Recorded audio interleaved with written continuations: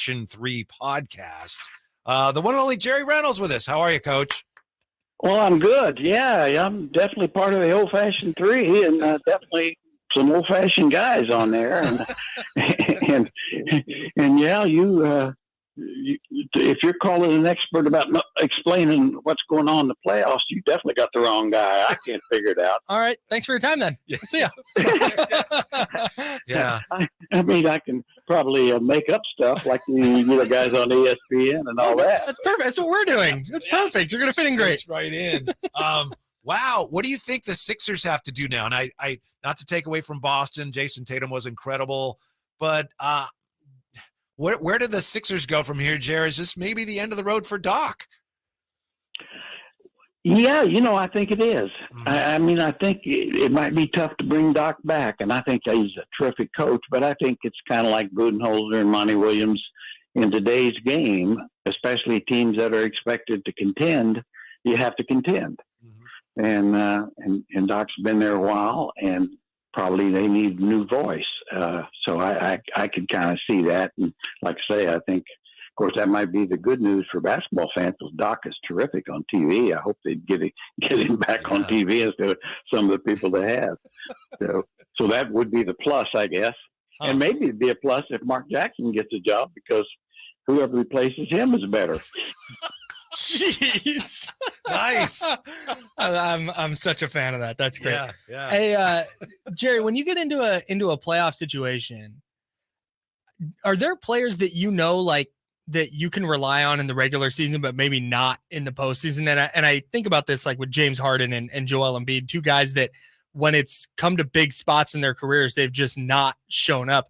Is that something that can be coached out of a guy, or can you help that guy through it? Or is that just kind of who they are and you got to start relying on somebody else in those spots? Well, I do think, great talent can get through it. I think the first step is to, the old saying, you can't solve a problem until you admit you've got one. And I think, some of those guys really have never been able to admit that. And, until you do, how can you improve on it? So that's part of it. And also it just takes a breaks falling your way and winning, and then all of a sudden the monkey comes off the back type stuff, But I mean, no question, Embiid and Harden, the track record's there. It's kind of like Chris Paul always being terrific and then getting hurt in the playoffs. I mean, injuries, you can't blame him for injuries, but availability is what you're still looking for. Mm-hmm. The one and only Jerry Reynolds with us here. It's Whitey Gleason, Kyle Madson. A lot of Kings fans were disappointed with what the Kings got in this postseason from Harrison Barnes. Going forward, Jer, in your opinion, how important is it for the Kings to retain Harrison Barnes? How important is it for them in terms of, the continuity and continuing to grow on based on what they established last year? Well, I think it's important because, where people always say, well, we got to trade this guy or that guy. It's like, well, yeah, but who you getting? Mm-hmm. Or we got to let him go. Well, how you get better by letting some of your best players go? I mean, I've always said, and I think it might be in Harrison's best interest and the team's best interest to be an off the bench player going forward his next few years, because I think he's very versatile and can play key minutes at 3 and 4. And so that's just my opinion, but I think the Kings need to sign him, whether it's at the rate he wants or his agent wants or the Kings want, that's to be determined, but he certainly has value. He has value to the Kings and the league. How much does culture play a role with a guy like Harrison Barnes? I think quite a bit. He's a terrific locker room guy. Everybody respects him. To me, you go back to Andre Iguodala with the Warriors back when he played, several years ago. But I mean, even the last few years he played, he was very valuable because he was a great locker room guy and found a way to be productive in a lessened role. And that when you get real talent, especially if it's adjusting to different roles and a good guy, that really helps keep the culture.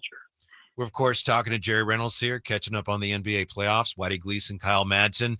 Jer, I know that you, like a lot of people around here, have been experiencing some serious Warrior fatigue. I get that. But that said, how difficult is it for you to see the stinking Lakers in the conference finals? Oh boy, I don't know if I can handle it. I mean, I'm probably about as nervous pulling for the Nuggets as I've ever been, and just hope they can come through. And of course, they got the home court advantage. Of course, I really would like to see Mike Malone, get into the finals. Very deserving, terrific coach. And so, yeah, and against that, like I say, that I've not been a big fan of the Warriors lately because of a little Warrior fatigue, but I sure was disappointed to see them get beat by the Lakers. Let's put it that way.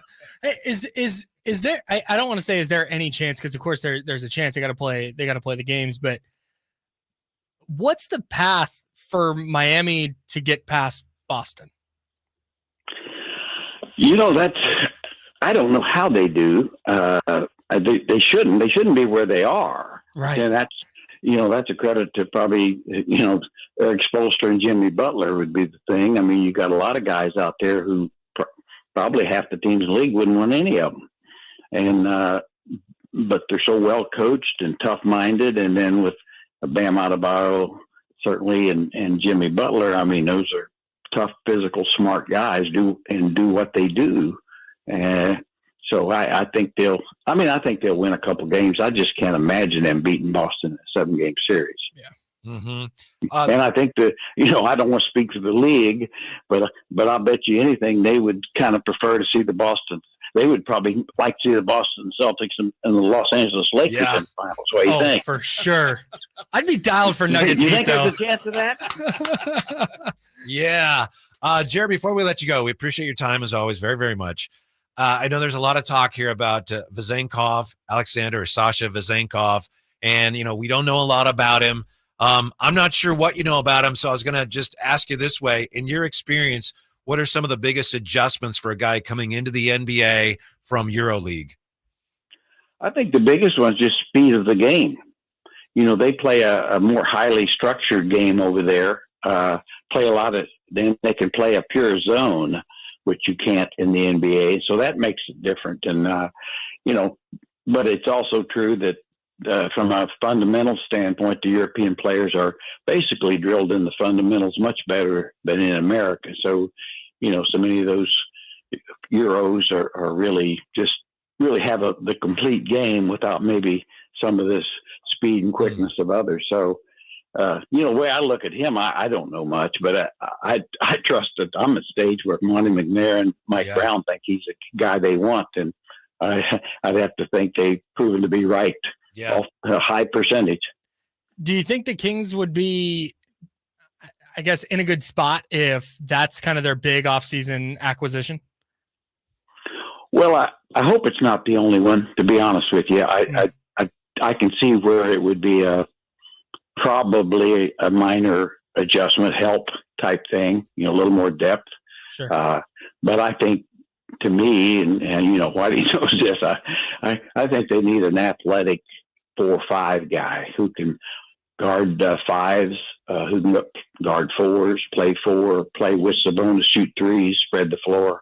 I mean, spread the floor and kind of a Bobby Portis without being Bobby Portis because you can't get him. So that's kind of that would be my thinking. I just think if they have to trot out maybe exactly the same front line, I'm not sure it's athletic enough. And of course, that's why, honestly, I think probably the Kings, the sooner they get to probably Keegan Murray at the small forward, where he's longer and a little more athletic, I think, that'd give the Kings a little better chance going forward. And I think they do have a great chance going forward because, there's no super teams, just like you guys are talking about. There's a lot of good teams, but boy, any team that has some talent and plays consistently and together has got a chance to do well in this league right now. Jared, thanks so much. Appreciate it very much. I'll see you in a couple hours, and we'll go get at the Old Fashioned 3 podcast. So thanks, sir. I'll see you in a little bit. I'm starting to prepare now, Whitey. So a few hours, and I'll try to have enough information to help you and Phantom. We need it. Thanks. Talk to you soon. Jerry, the best. See you guys. See ya. He is the best, and he's a big Naz Reid guy.